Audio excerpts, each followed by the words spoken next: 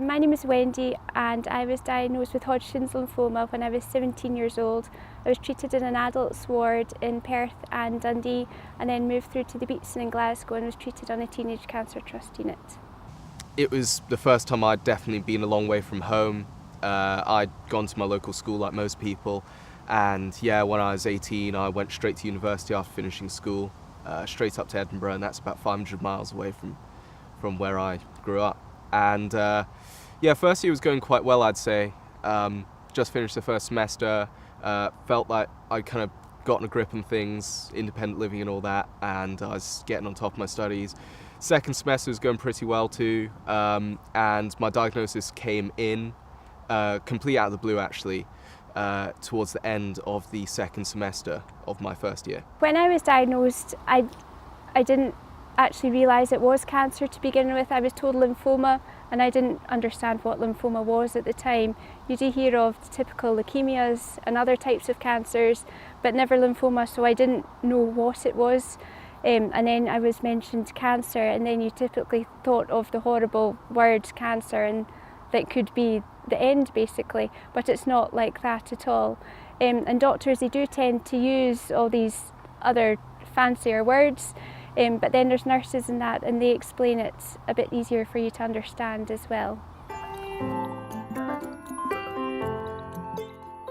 Basically, the way I saw it is I had two choices from that point on. I either stop university, take some time out, go home, and deal with cancer with my family, with my friends at home, or I tough it out at university and get it all done up in Scotland, because the two places so far away, it was one or the other at that point. It didn't feel real, to be honest.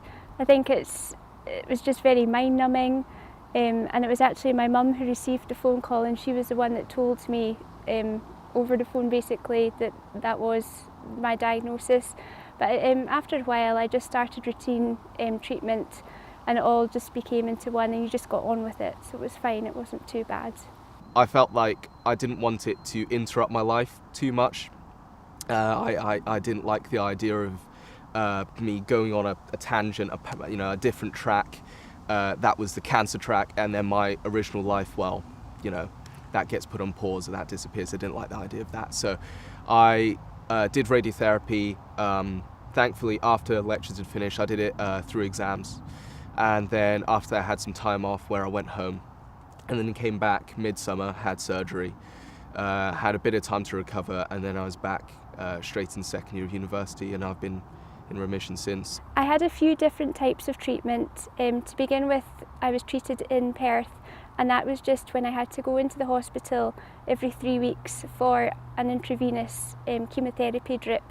But then I relapsed and I had to go through to a separate hospital, and I had to have a stem cell transplant there. Sadly, I relapsed again, so then I had to come through to Glasgow and I had to have a bone marrow transplant. It was terrifying, but as I say, you just have to get on with it because there's no other way around it. It's a personal choice. I personally wouldn't say that everyone has to do it this way, but I felt that was the best way to keep myself on the level, mentally speaking, and simply just to give me something to focus on.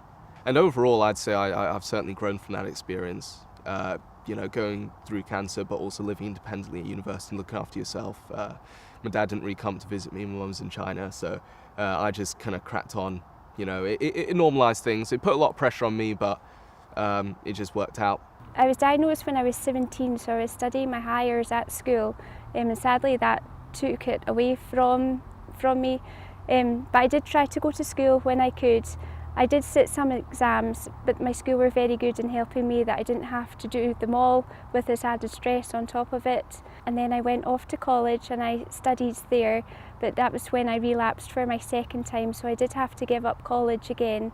And then I've just gone through. So I've basically managed to continue on with normal life, but it's just been in the way a bit, but you can continue on with doing things as normal. Even though cancer is a subject that will always be part of my life, I don't let it ever really define me in a negative sense. I've used those experiences to make me a more mindful, more considerate, and I suppose just a stronger person in general.